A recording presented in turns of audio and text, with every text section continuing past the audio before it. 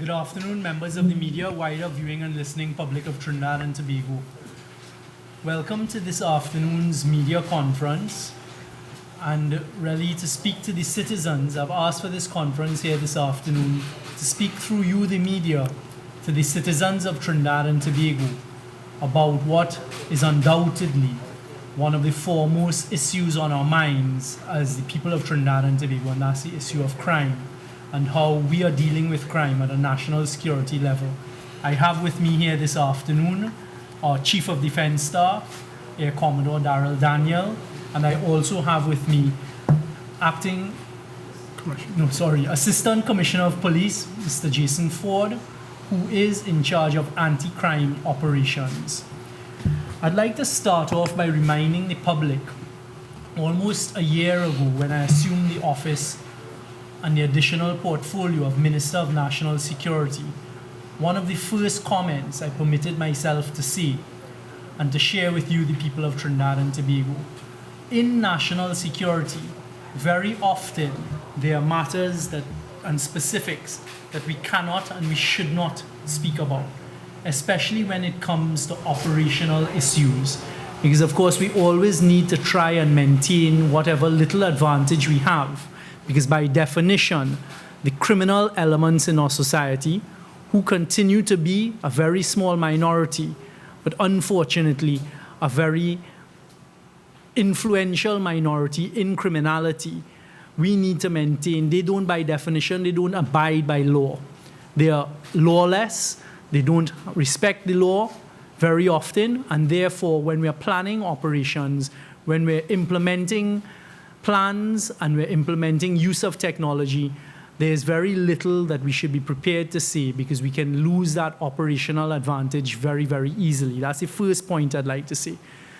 The second point is, undoubtedly, as a citizen of Trinidad and Tobago, and as the individual at Cabinet charged with the responsibility of national security, as the Minister of National Security, I am extremely concerned about the level of crime in Trinidad and Tobago, and have been so for some time.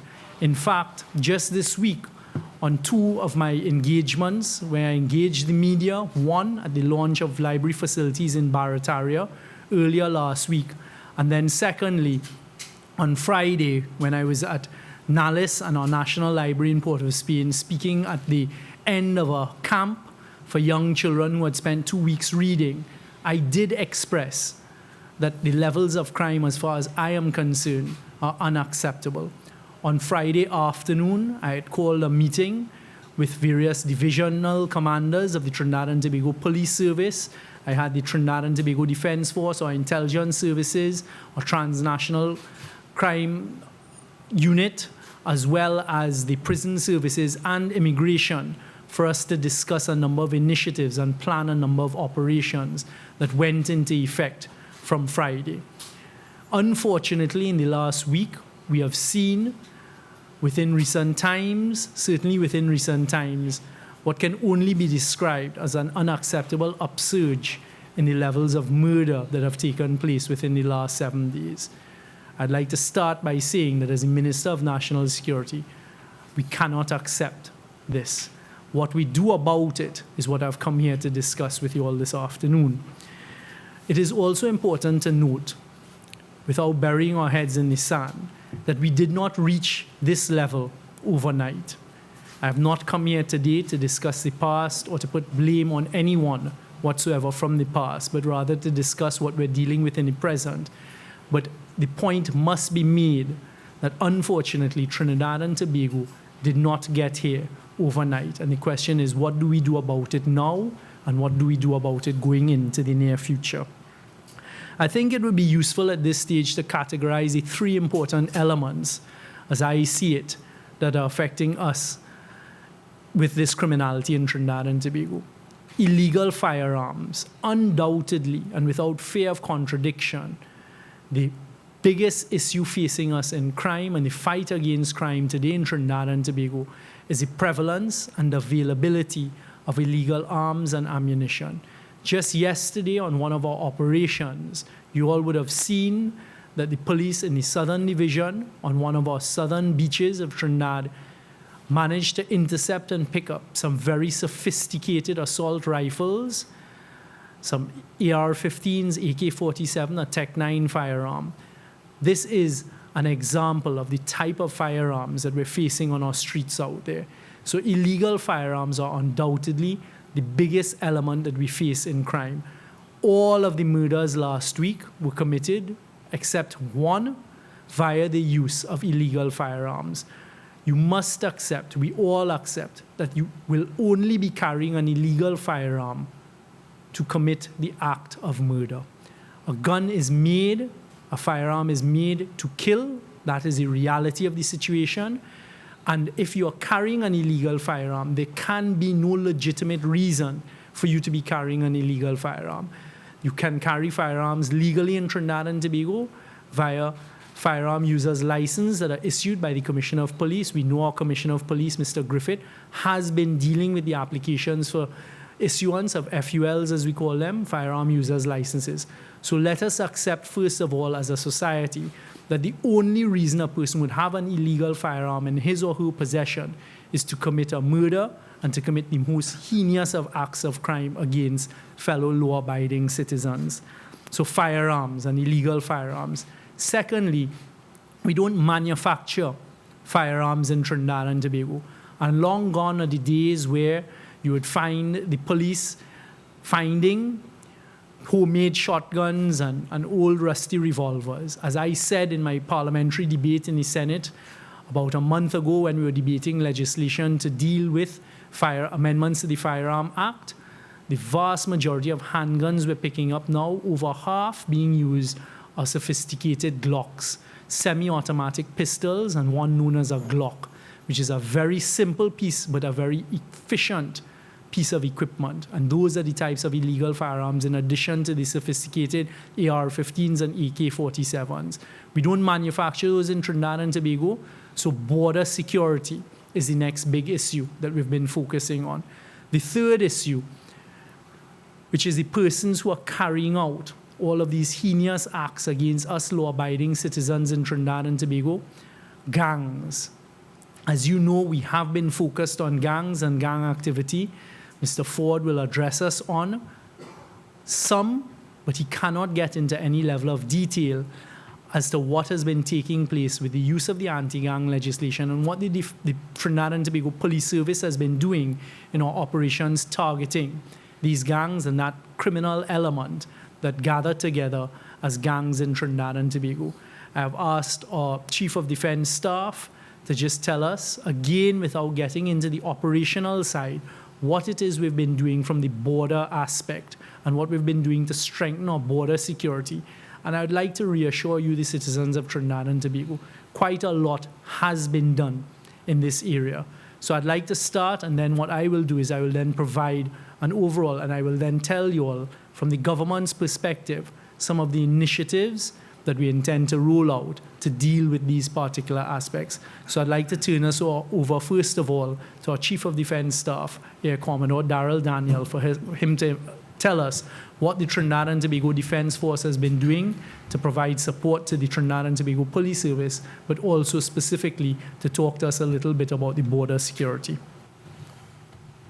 Members of the Republic of Trinidad and Tobago, members of the media, Honourable Minister, thank you. Good afternoon.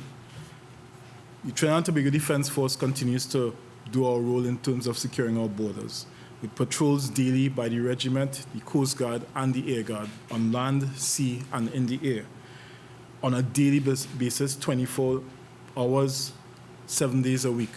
Of course, you'd appreciate the challenge with being a twin island state and our proximity to Venezuela and the challenges that are next door. It's almost impossible to be everywhere at the same time. So we are doing the best we can do using all our assets, the radar, the coastal 360-degree coastal radar surveillance system that we have, and our vessels as well as our aircraft, along with men and women on the ground to supplement where it's possible. Those efforts have realized almost over 500 contacts of interest being intercepted and processed, patrols amounting more than 2,000 patrols in the midst of that, we still have to do things like search and rescue. So when we get called from citizens who are stranded at sea or lost, we have to respond to that. And you'd appreciate assets will have to be removed from the border security to address those issues and would go back as soon as they can, including medivacs as well. With respect to assistance to the TTPS, in light of all that I've mentioned with the border security, we also work with the police to assist them in operations as targeted and required to address the crime situation. We don't have an endless supply of men and women to do these things, and you would appreciate that challenge. But rest assured that the Defence Force is doing all it can with its assets and with its personnel to address the issues at hand. Thank you very much, Chief of Defence Staff, Commodore Darrell Daniel. I'd now like to pass us over to ACP Ford, who has been doing, I can say from personal experience, has been a great pleasure to work with Mr. Ford over the past year. The energy that he brings, the experience that he brings, his level of drive and commitment is certainly a great indictment on the Trinidad and Tobago Police Service in a positive way. So I have great pleasure in Mr. Ford joining me here this afternoon. I'll turn it over to him for him to tell us a little bit about the Trinidad and Tobago Police Service's efforts with respect to the gangs in Trinidad and Tobago and the illegal firearms. Thank you very much, Honourable Minister. Trinidad and Tobago, a pleasant afternoon to all of you. The Trinidad and Tobago Police Service continues to keep its vision of making every place in Trinidad and Tobago safe, if not safer. We continue to do that in partnership with you all. We cannot do it alone. Unfortunately, at this time in our history, the firearms seems to be the weapon of choice for gang members and all persons who appear to be wanting to involve in illegal activities in our beautiful, and I want to stress beautiful, Twin Island Republic. The level of killings that we have had recently within the past few weeks, we all agree that level is unacceptable. We have ramped up our enthusiasm, we have ramped up our exercises so that, as the Minister said, we are here to talk about what we have done and what we are going to do. But I'm just going to share with you what we have been doing. The Minister called a meeting on Friday for us to share with him what our intentions were as it relates to anti-crime activities, anti-crime operations for the weekend. Before the Minister had called that meeting, I, as the ACP Crime, with assistance from the Deputy Commissioner of Police, Crime and Support, Mr. Harold Phillip, we had called a meeting on Thursday, that just gone, to deal with the same issues. And coming out of that meeting and the meeting with the Minister, we ramped up our activities. Between 6 p.m. Friday and 6 a.m. this morning, we have arrested in excess of 100 persons suspected of committing illegal acts in this country. We have seized in excess of 25 firearms. And I want you to look at the scale of what is being shared with you here today. Between 6 p.m. on Friday and 6 a.m. this morning, we, the Trinidad and Tobago Police Service, with assistance from the Defence Force and other law enforcement agencies, have been able to seize 25 firearms, a huge percentage of which are high-powered rifles. As it relates to the gangs and the activities, as the Minister has said, we cannot go into specifics, even though we want to share with you. We are dealing with a group across Trinidad and Tobago that we may take for granted, but they have a level of intelligence that has allowed them to continue their nefarious activities. But not only that, they have been getting the necessary advice to continue, so that they are waiting for occasions like these for us to reveal our strategies, our intimate strategies, so that they can plan. We have to be a step ahead of them. We have been conducting extensive and exhaustive inquiries towards bringing an end to the gang activity in Trinidad and Tobago. We have several gang units within our country that are pursuing active inquiries. And we are not out on a limb by ourselves on adventures of our own. We have been seeking advice from the Director of Public Prosecutions, who has been guiding us. And in the not-too-distant future, you will be seeing arrests. We have had arrests. We have put persons before the court. We have other persons who are ready for arrest. But we cannot arrest them because of the sensitive nature of the inquiries and because of what they are sharing. We cannot arrest them. But we give you, I give you, the Trinidad and Tobago Police Service gives you that assurance that in the not-too-distant future, we will be arresting persons and putting them before the court en masse for gang activities in Trinidad and Tobago. Thank you. Thank you very much, Mr. Ford. Citizens of Trinidad and Tobago, I have just come from another meeting where I'd like to share with you all the level of participation in that meeting that I just chaired that ended a few minutes ago before joining this press conference.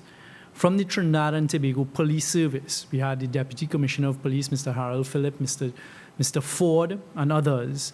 We had the divisional commanders from the Western Division, the Northeastern Division, the Southern Division, the Southwestern Division.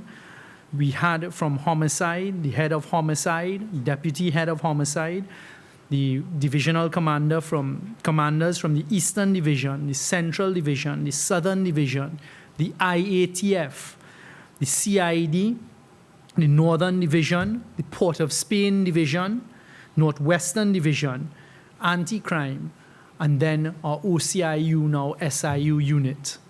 That was from the police point of view. We had the representatives headed by and led by the Chief of Defense Staff from the Trinidad and Tobago Defense Force, the commanding officer of our Trinidad and Tobago Coast Guard, Captain Archer, Colonel Ned from the Trinidad and Tobago Regiment side.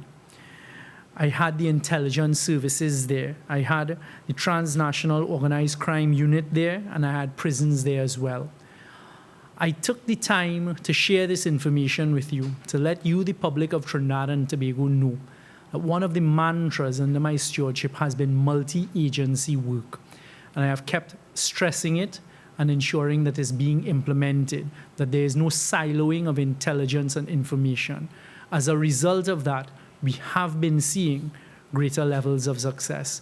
As you all have heard Mr. Ford say, that commitment from Trinidad and Tobago Police Service, we are hoping that in the not-too-distant future, you all will see the results. I had said very early in my tenure, I did not have any intention of being a person who always engaged and spoke about what it is we're doing at national security, unless necessary.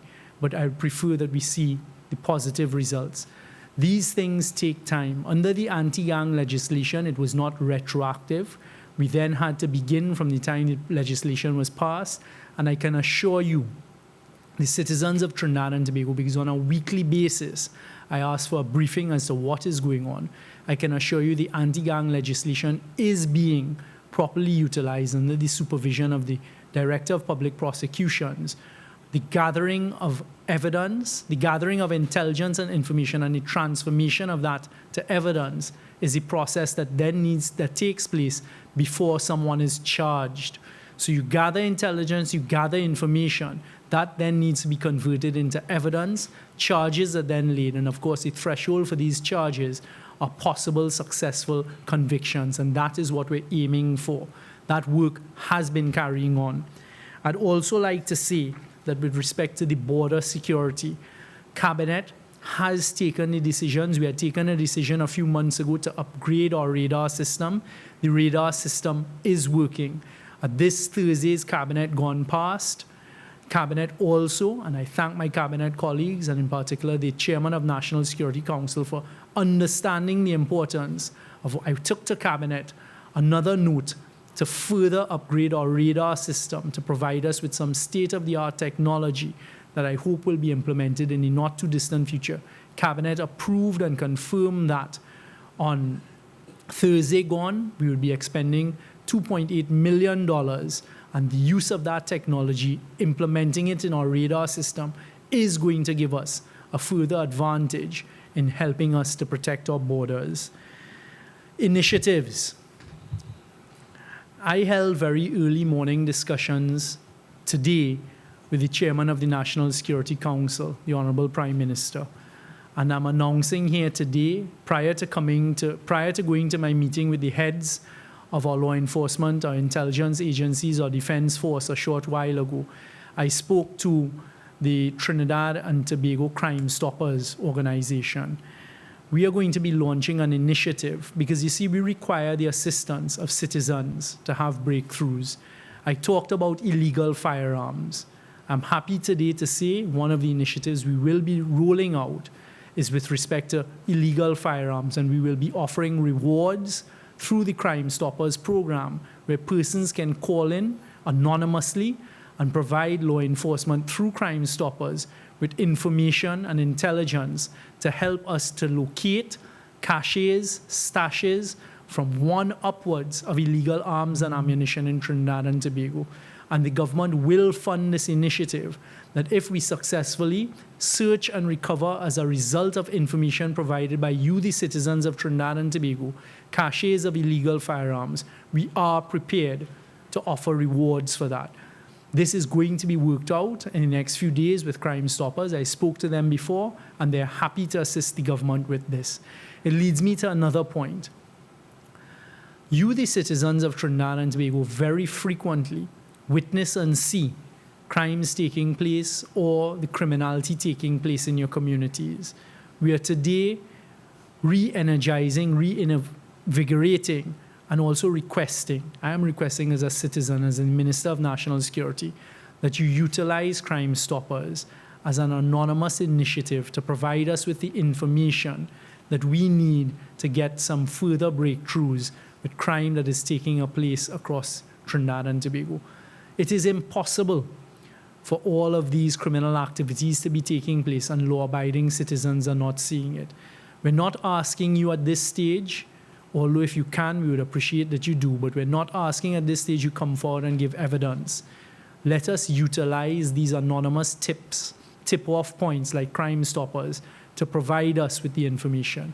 We will do the work on our side.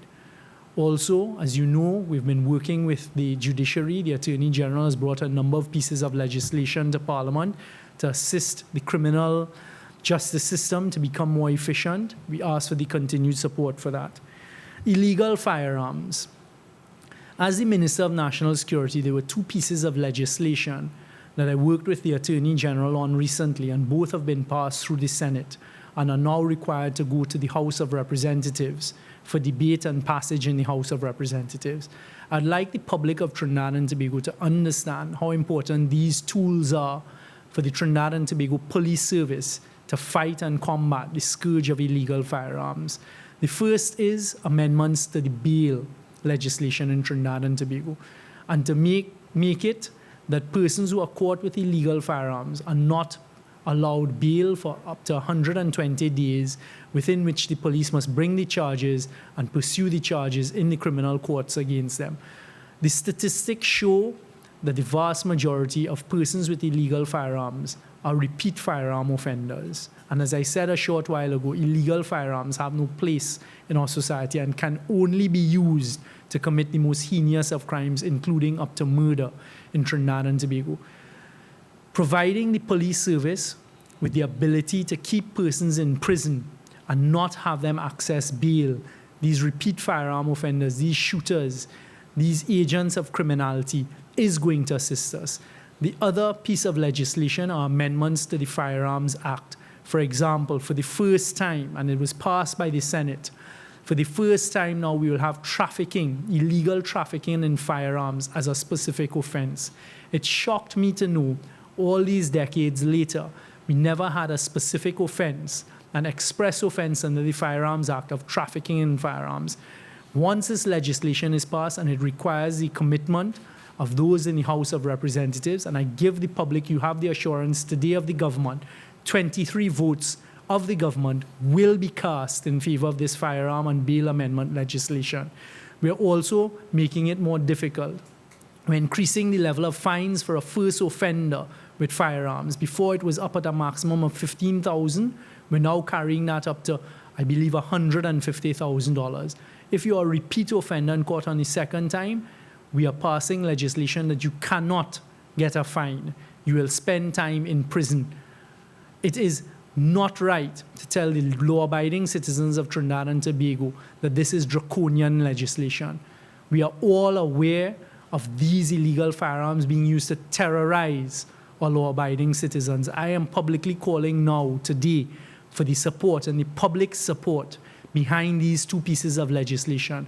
A third offender, if you're so stupid to continue to carry illegal firearms and continue to want to terrorize our law-abiding citizens, and you're caught and convicted on a third time with the use of an illegal firearm, life imprisonment. And I say today, as a citizen of Trinidad and Tobago and as the Minister of National Security, this is not draconian.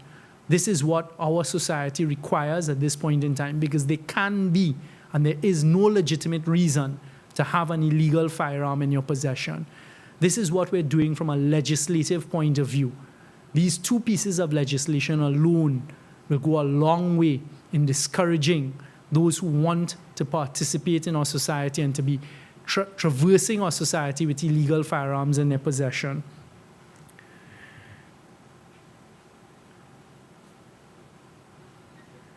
As I say, we've been gathering a lot of information with intelligence, converting that information and intelligence into evidence. You've heard ACP Ford tell us today that they have been working assiduously, and I know they have, and meticulously, along with the Director of Public Prosecutions, and I hope to see the results of that work in the not-too-distant future.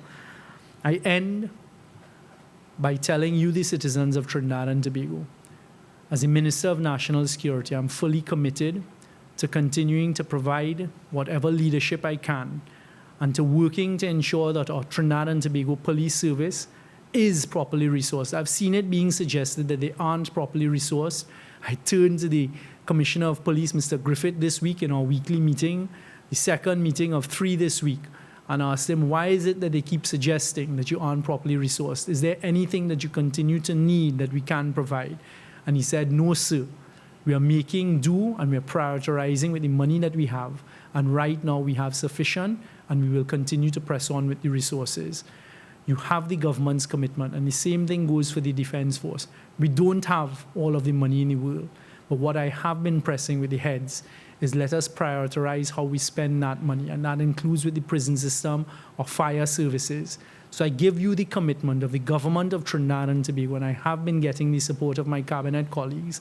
We will do all that we can to ensure the continued resourcing of our Trinidad and Tobago Police Service, our Defense Force, Customs, Immigration, our intelligence services. We're upgrading the technology with our intelligence services as well, our fire services, and all of the arms of national security. And I end by asking you, the citizens of Trinidad and Tobago, the law-abiding citizens, partner with us. We cannot win this battle alone. We require your help and assistance. Those two initiatives, the use of Crimestoppers, tell us where you know these illegal firearm caches are stored and the illegal firearms are stored in your community. We will action it. We will come and we will get those firearms off of the street, and you will remain safe because it will be provided anonymously. Also provide us with the tips, continue providing us with the information as to criminal activities that may be taking place in your various communities. And we will do what we can to stamp on and to attack those elements of criminals in our society. Thank you all very much for your attention and your time this afternoon. As I give you the assurance, we will continue to work tirelessly, 24/7, to do what we can to fight against the criminal element in society. And with your support, the public support in Trinidad and Tobago, we will make inroads into fighting the criminal elements in Trinidad and Tobago. I'll take a few questions at this stage.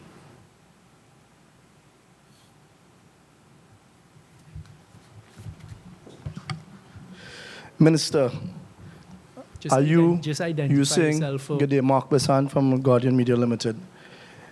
You came and you're telling the public basically that your solution, as far as what I heard you say, is giving tips to Crimestoppers, and in the same measure you talk about unacceptable levels of the crime and the homicide.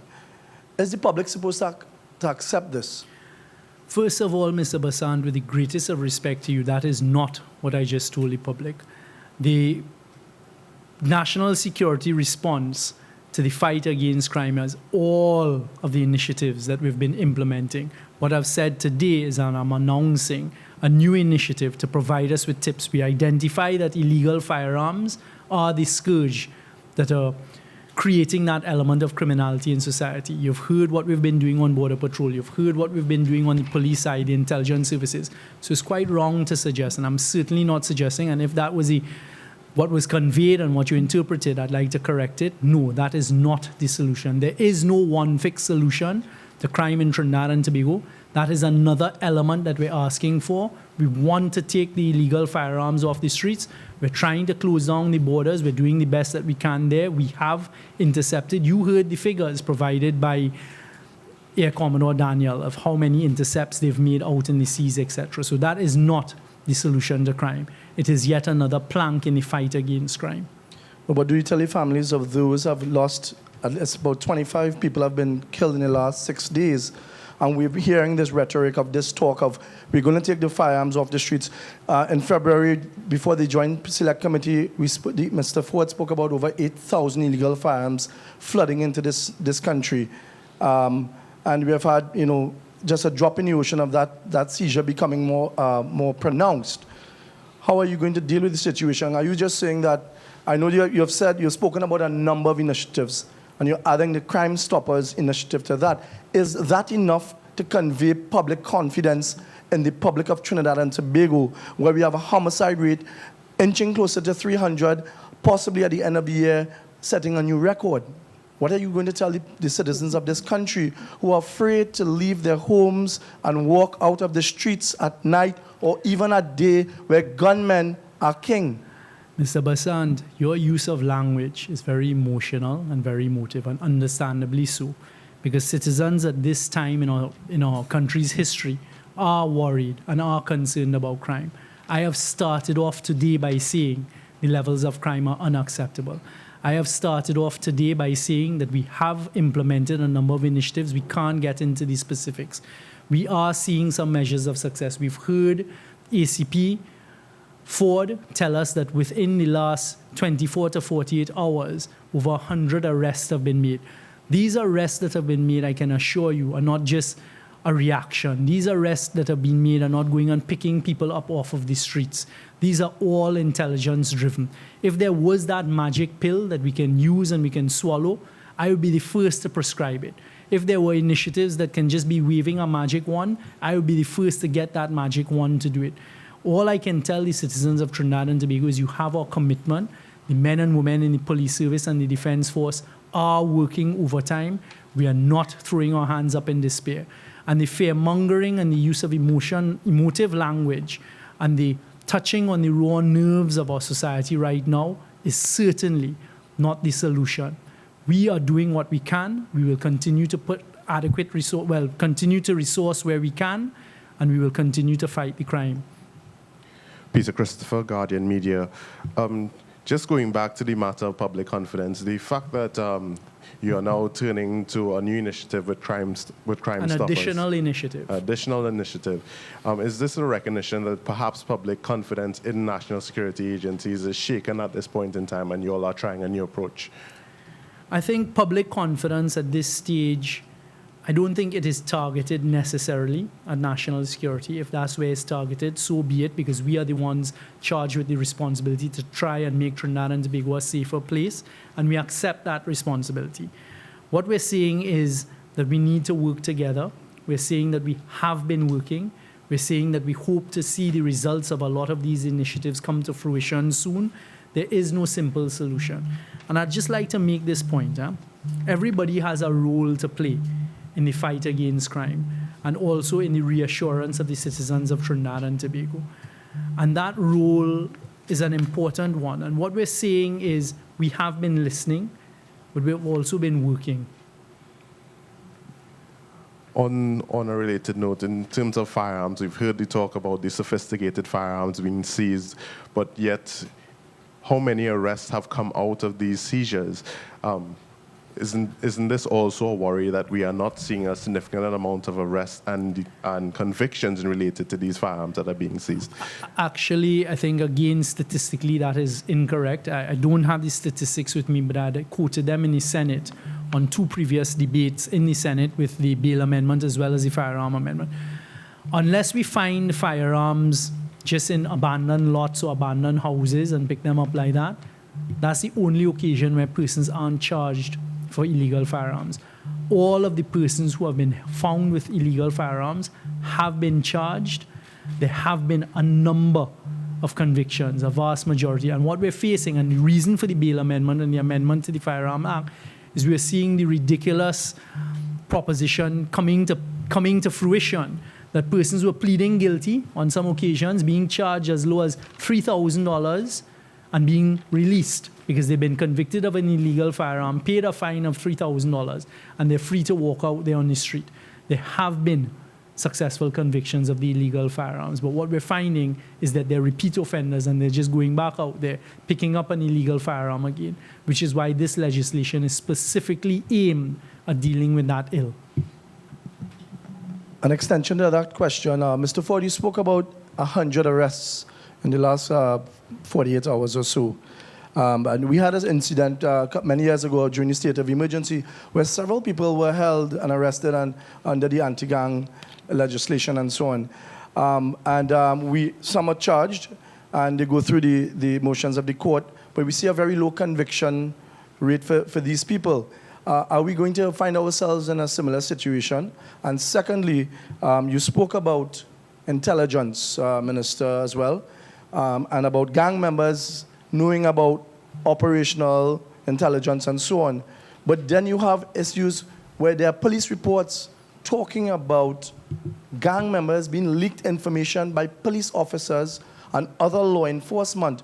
So then it's essentially not a secret where you're going to tackle, where you're going to raid if they're tipped off by law enforcement officers.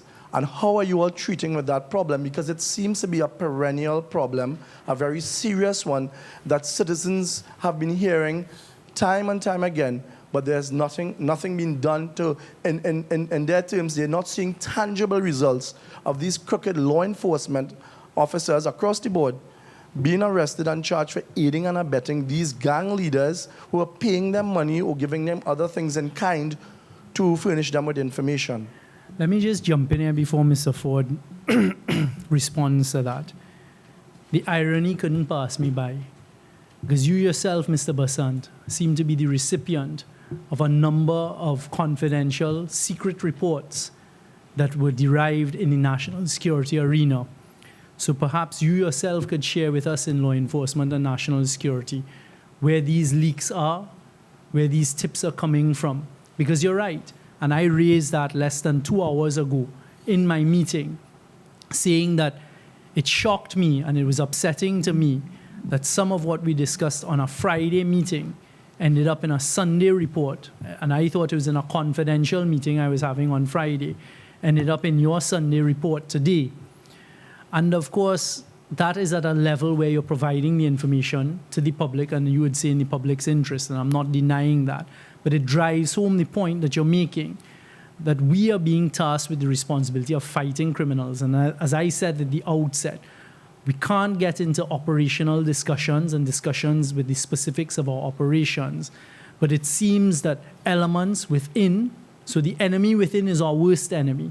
And that is one of the things that I raised in the meeting a short while ago, and is a very frequent conversation and discussion.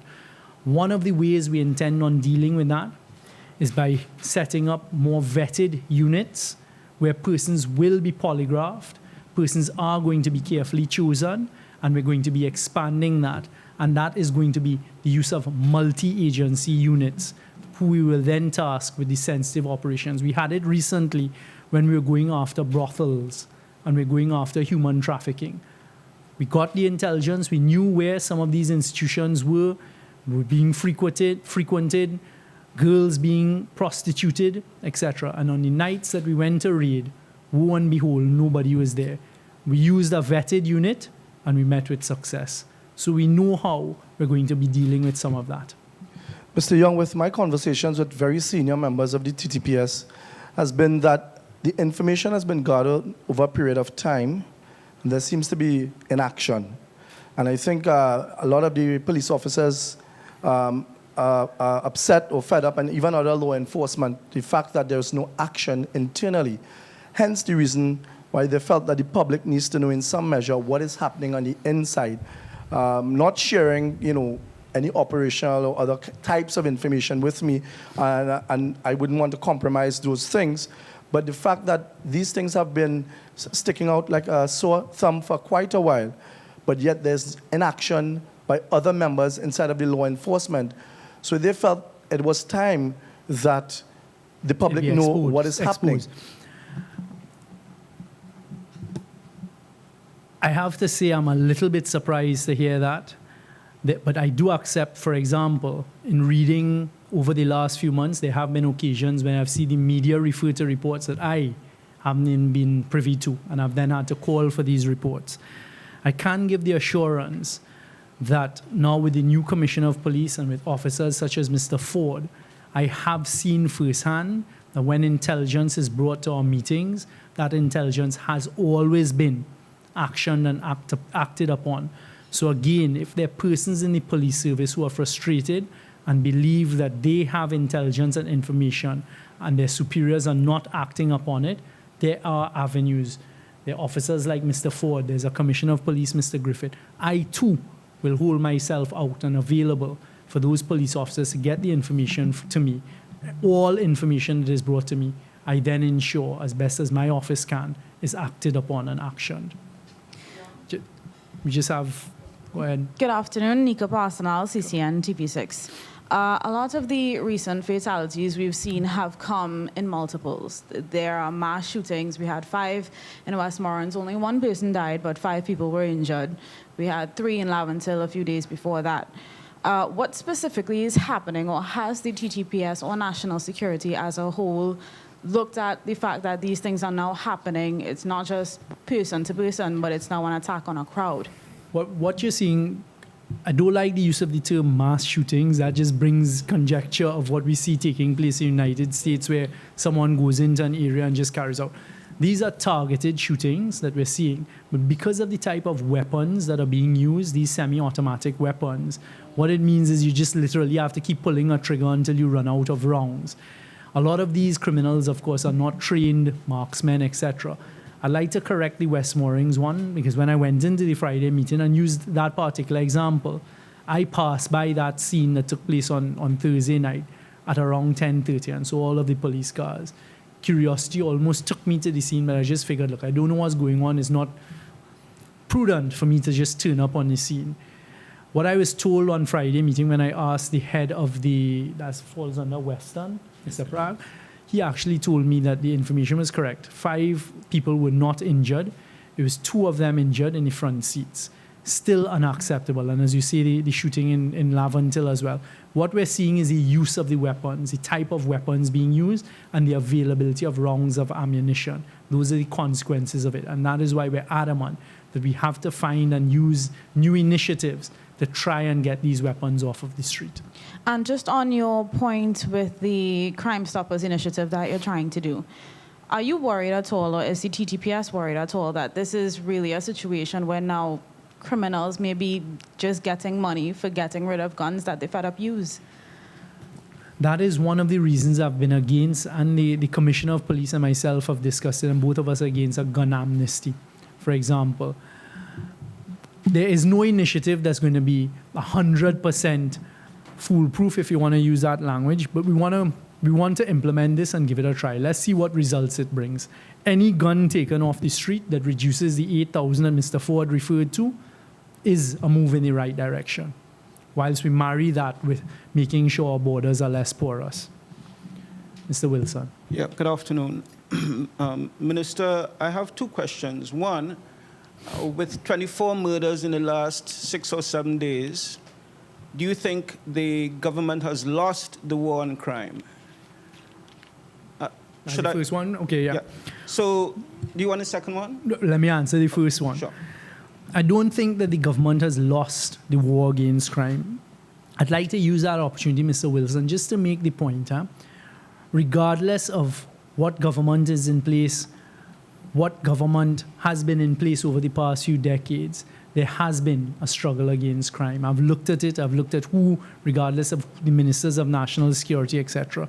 To say our government has lost the fight against crime, that would be us giving up as a society. Certainly as the Minister of National Security, I am not prepared to say we've lost any fight against crime. I'd say that the current, what has taken place over the last 7 days is unacceptable. Hence the reason that we have put in place a number of initiatives. We've seen the results of some of those initiatives over the last 48 hours, and we will continue to do all that we can to combat this scourge of crime.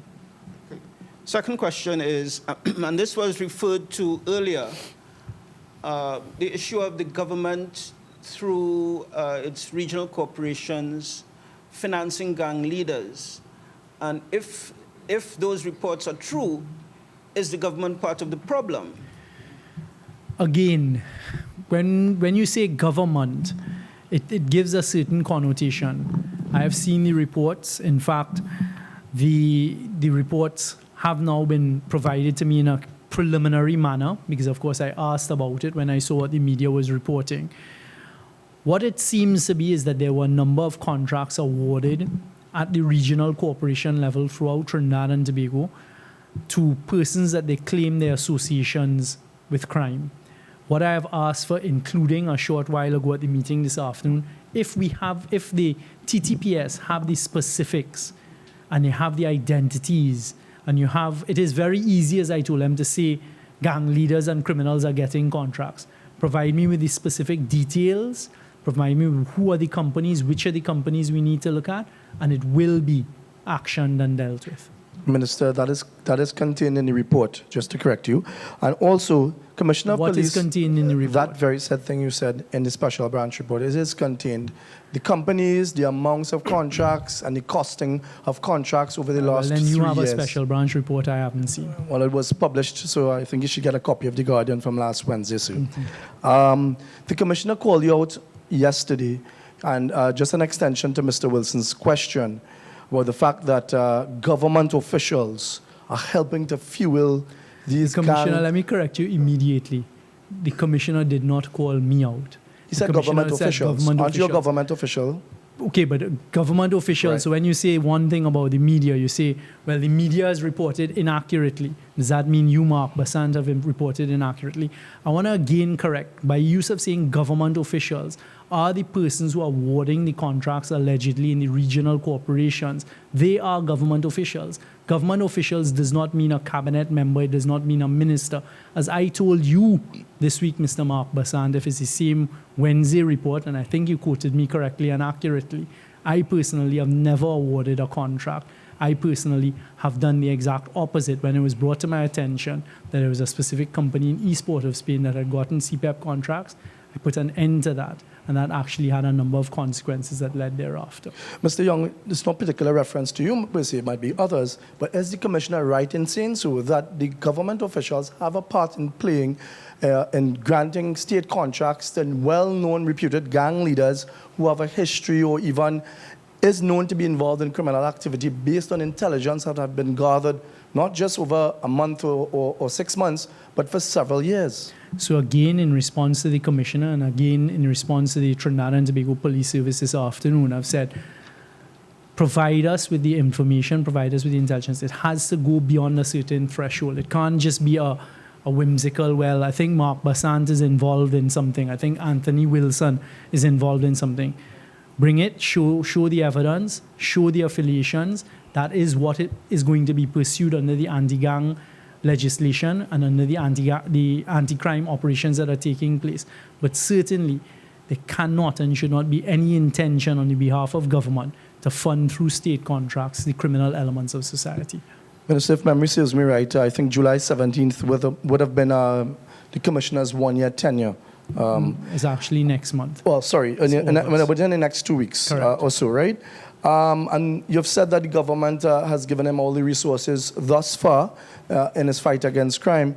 Are you satisfied with his performance as a commissioner as he nears that 1-year tenure? Is there room for improvement?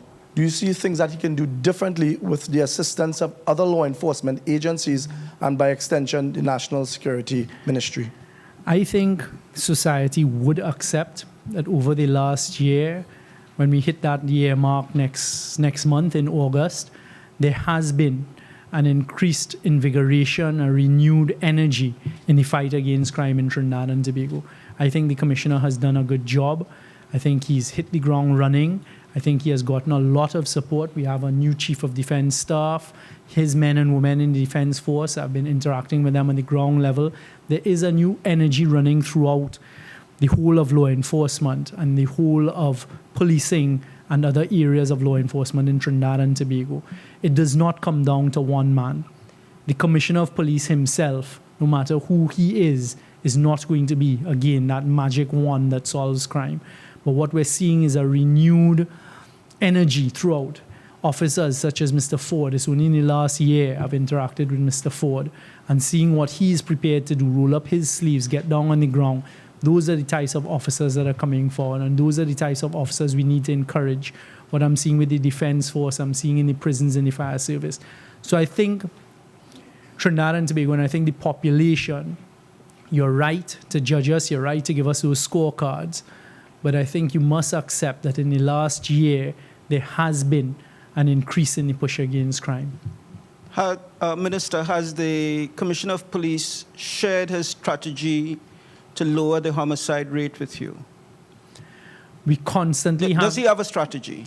Yes, there are strategies. Now, as you all would have seen, let's use the last week, for example. All of the murders, bar one last week, were through the use of illegal firearms. So that's one of the aspects we have to look at. Also, a lot of the homicides that took place in the last week were in some way gang-related. So again, that's another reason why I say we are going to focus on the gangs.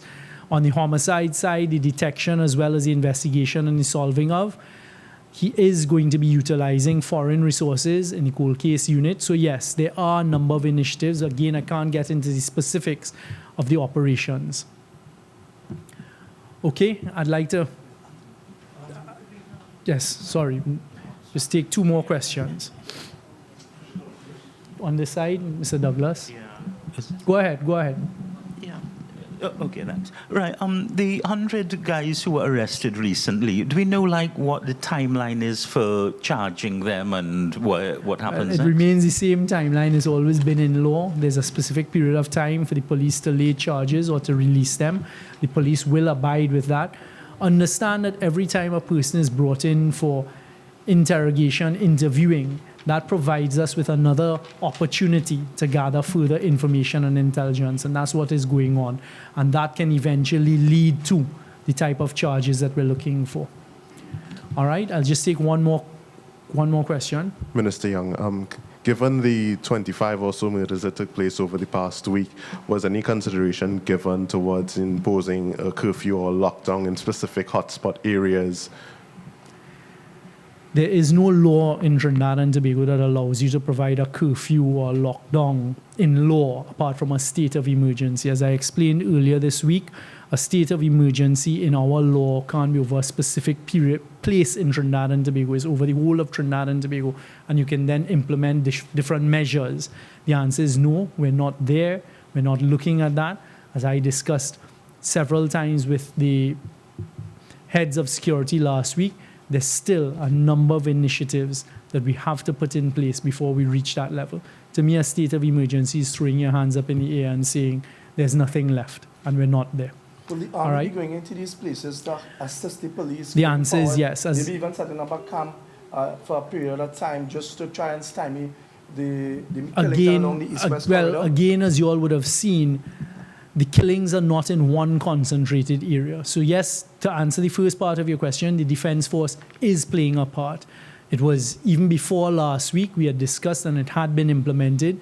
the use and the increased use of Defence Force personnel in patrols. I've asked for Defence Force to be in their own vehicles, so not necessarily like an IATF setup, a police vehicle with a Defence Force vehicle behind, using intelligence. We just discussed it again because we know some of the areas and we would be able to have predictive intelligence as to where certain things may take place where we need to put resources. You are going to see the Defence Force supporting that.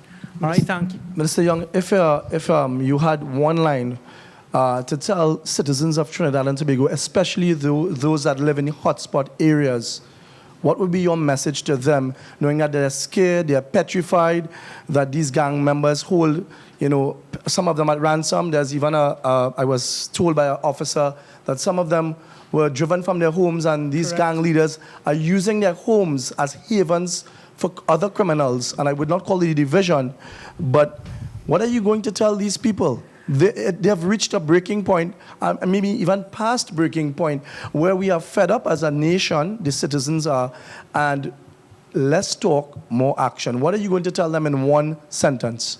Less talk, more action has been my mantra from day one as the Minister of National Security. I started off by telling you all that. My sentence to the citizens of Trinidad and Tobago is, don't give up, don't despair. We are aware of what is taking place, and we give our commitment that we will continue to do all that we can within the parameters of the law to make Trinidad and Tobago safer for you all. We will not rest. Thank you all very much.